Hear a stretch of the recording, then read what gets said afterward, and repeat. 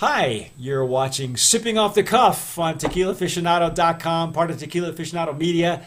I'm Mike Morales here in San Antonio, and that guy over there, Rick Levy in San Diego. Rick, we have our taste buds have been doing the rope-a-dope because we have been tasting Nocaut. This version is called Nocaut Reserva. And I was telling Rick during the Blanco sipping off the cuff that I hadn't had this juice since we tasted it and judged it in 2009 at the Spirits of Mexico competition in San Diego, the late great spirits competition. I was a judge then, and after 111 Blancos, we voted the Blanco version of Nocaut as a gold medal, best in category. I'm looking at the old press release. I had to find the old press release. It was written. The write-up was written by Robert Plotkin, obviously. Oh, look at him! He's going to use the Glencairn. Oh, you surprised me, you dog. Oh my God. The Nocaut Blanco was best in category.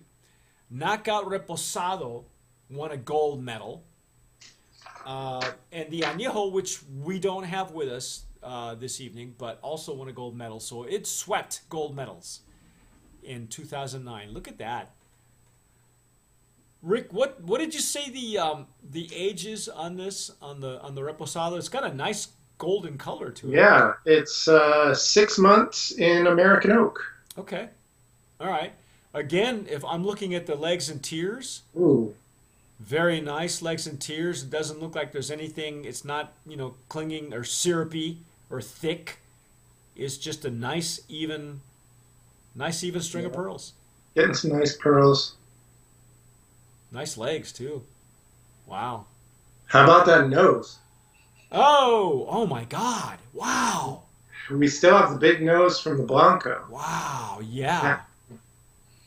But the wood notes, it's sweet. Yeah. It's like caramel and honey and Yeah. wow. The mineral and the citrus is still there from the Blanco. I'm getting it like right here. I'm still getting some You're of that. getting those gorgeous wood notes that we like to get from the American oak. Oh my Ooh. gosh. Now on this one, I don't know about you, but as I get into it, I'm getting just a little bit of alcohol, not a lot. First of all, tell me, how do you like using the Glencairn? Are you used to it yet? No, I'm still getting into it. I feel that it does kind of magnify the nose a bit, I think, over the Riedel. Yeah, I heard someone say the other day, somebody wrote back to us on a thread in Facebook that he thought that the Glencairn made the juice taste brighter, and he didn't like that. Yeah, I'm not sure. I'm not sure what he meant by that. I know that I've been told, and I've even said this, that the Riedel doesn't necessarily mask, but sometimes it'll mute.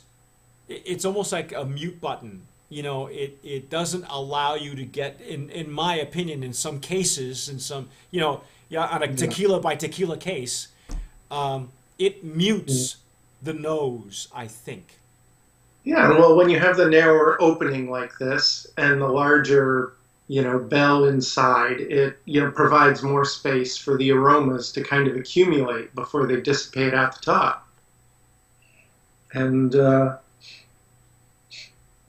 smell is a big part of flavor. Yeah. But 70% of your taste buds are in your nose. Probably what he's experiencing. Yeah. It's just delightful, though. This is really. Don't be, again, Rick was kind of put off. I know you mentioned in the Blanco version. I'm wary of novelty bottles. I love looking at them. It's just that I've been burned a few times by the juice that is put into novelty bottles. I read somewhere when I was first doing research on tequila years and years ago, that's about almost 18 years ago, that you should always avoid tequilas that are named after headgear or footwear. So, so El Sombrero, Negro, stuff like that. Casco Viejo at that time Casco Viejo was a mixto. So stuff like that, you should avoid. And anything that, that talks about boots and pants, forget it. Oh, this is just beautiful though, man. This is just something else.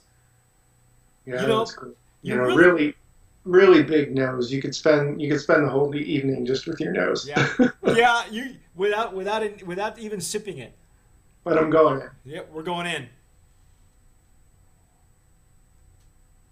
Mmm. Oh, wow. Ooh. Oh, that's got a great viscosity to it. Really nice mouth feel. Still got the big pepper, but those nice vanilla notes from the wood. You do Yeah. not. Oh, and the minerals coming in along the sides of the Yeah, palate. yeah. Absolutely. You don't.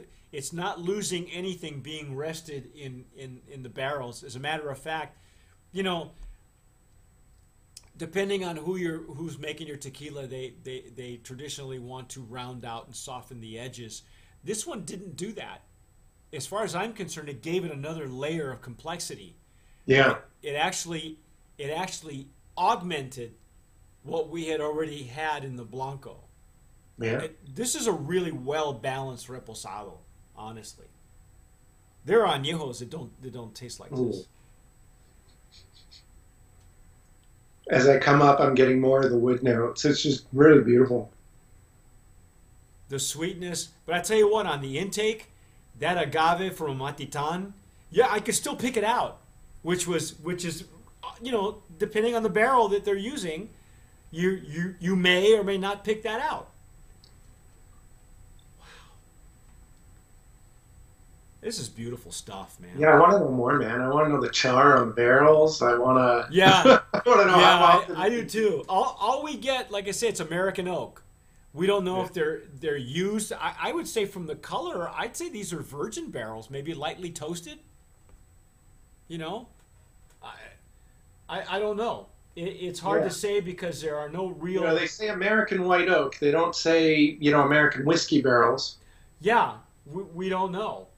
White oak, light amber color, soft vanilla nose. Works like a cagey inside fighter, jabbing away at your taste buds with agave and spice. Okay. But, I'm thinking they must be used because I'm not getting like those, chocolate and coffee notes that you would get from like virgin white oak. Well, I don't know because this is 6 months and look how bright it is. I mean, that's a deep color. But I don't know. I'm not I don't manage barrels. I don't make tequila. We've had enough of these to speculate. I would say it's a lightly toasted, in my opinion, lightly toasted, but I don't even you know what? I don't even get any whiskey out of it. Do you?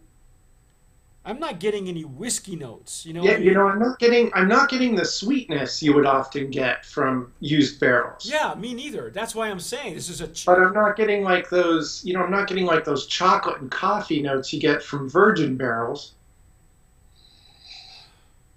It's a very light touch, but I'm definitely getting some vanilla. Yeah, absolutely. And you don't have to go very far for it. Even in a Riedel, it just comes right up to you, right here in Yeah. right here in the center. You can smell it.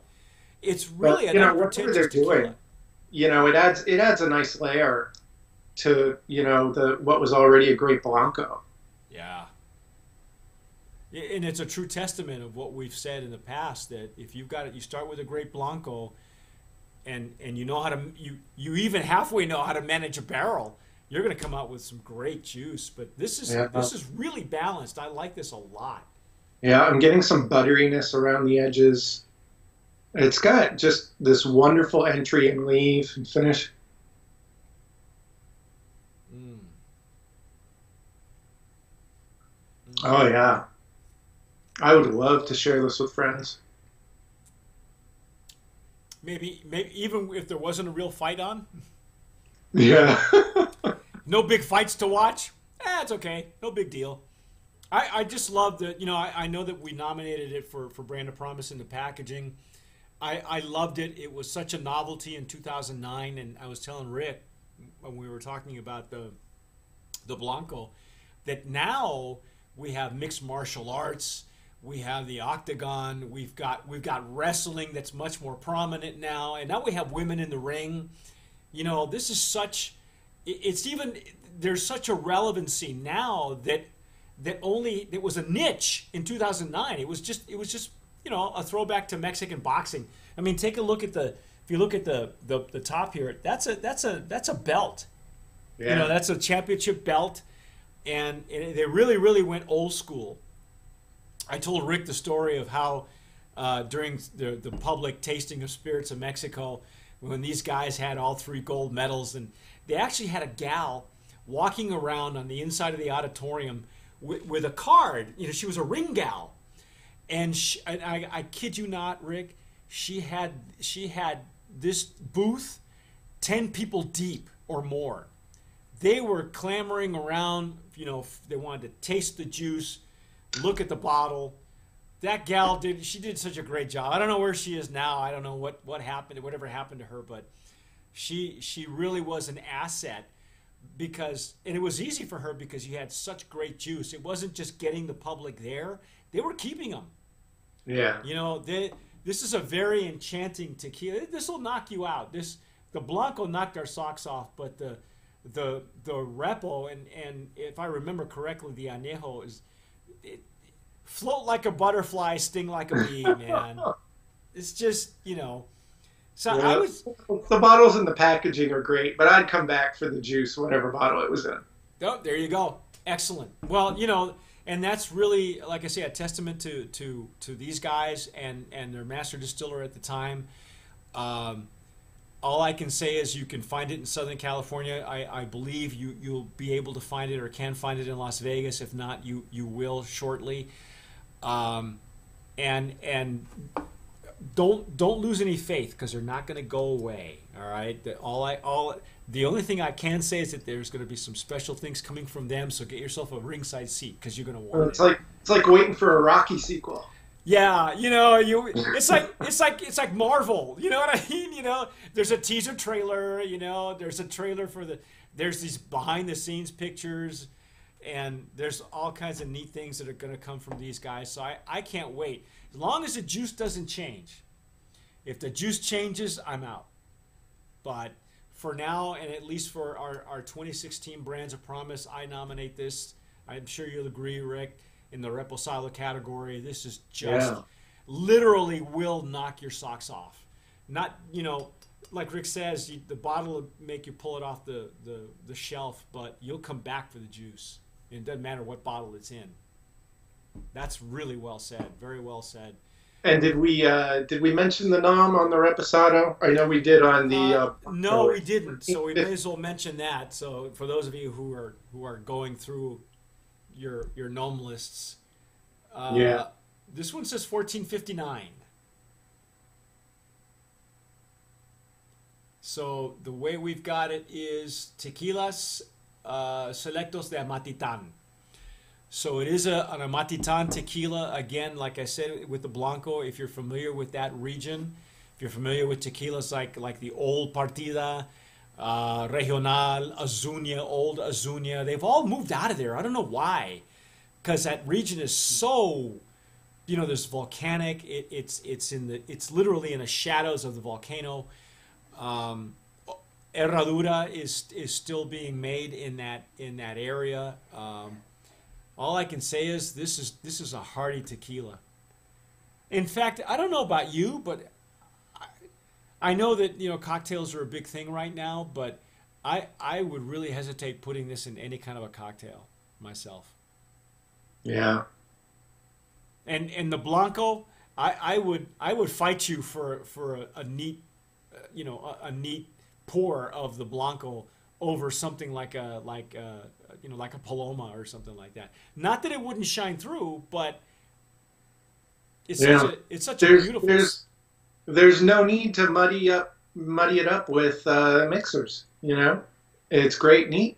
Yeah, this is really just spend some time with it. You're gonna love it. I think if I'm not mistaken, it is available in San Diego. I know it's available here in Texas as well, particularly South Texas.